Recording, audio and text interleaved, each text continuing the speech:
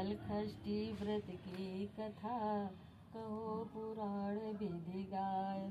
एक समय राजा युधिष्ठिर ने भगवान श्री कृष्ण से कहा कि आपने संसार की भलाई के लिए अवतार धारण किया है। इस समय सुभद्रा और द्रौपदी अपने पुत्रों के मरने से शोकग्रस्त हैं तथा अभिमन्यु की स्त्री उत्तरा की गर्भ भी अस्थात्मा के ब्रह्मास्त्र से खंडित हो गया है। माता पिता के संतान के बिना अत्यंत दुख है। अतः हे प्रभु, आप कोई ऐसा व्रत दान अथवा उपाय बताएं जिससे कि माता पिता संतान शोक से दुखी न हो और उत्तम दीर्घायु तथा स्वास्थ्य संतान उत्पन्न हो। यह सुनकर भगवान कहने लगे, हे राजन, मैं तुमको एक व्रत बतलाता हूँ जिसको नियम पूर्वक करने से खंडित गर्भ भी जीवन पा जाता है तथा संतान दुखी नहीं होता।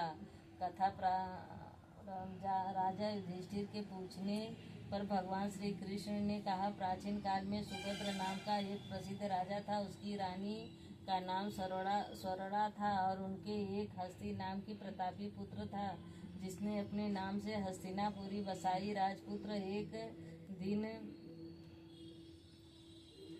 धात्री के साथ गंगा जी में स्नान करने गया और गंगा जी में जल कीड़ा करने लगा। इतने में ही एक ग्राह उसे जल में खींच ले गया। यह सुनकर रानी स्वर्णा बहुत दुखी हुई। क्रोध में उसने धात्री के पुत्र को धधकती हुई अग्नि में डाल दिया।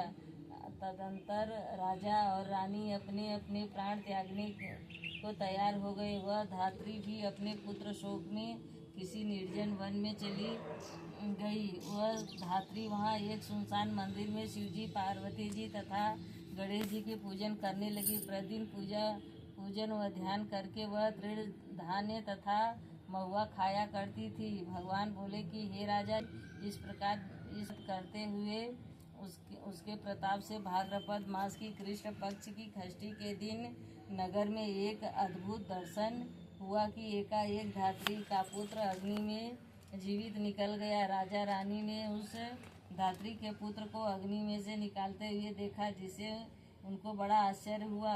उन्होंने पंडित से उनके जीवित बचे रहने का कारण पूछा। इसका रहस्य बताने के लिए शिवजी की आज्ञा से दुर्वासा ऋषि वहां आए। राजा ने दुर्वासा ऋषि को आया जानकर उनकी अगवानी करके अर्घ आदि से उनका पूजन किया तथा बारंबार नमस्कार करके धात्री के पुत्र के जीवित निकलने का कारण पूछा। दुर्वासा ऋषि ने कहा, हे राजन, उस धात्री ने वन में जाकर नियम पूर्वक अति भक्ति भाव से भगवान शिव जी का, स्वामी कार्तिकेय, पार्वती जी एवं गणेश जी का ध्यान, पूजन, स्मरण इत्यादि श्रद्धा सहित तथा नियम पूर्वक व्रत किया है।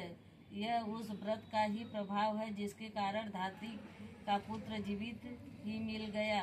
अतः आप भी वहां जाकर यह धार्मिक कार्य करें। श्री कृष्ण जी ने राजा युधिष्ठिर से कहा कि हे राजन, राजा और रानी ने दुर्वासा ऋषि को विदा कर दिया।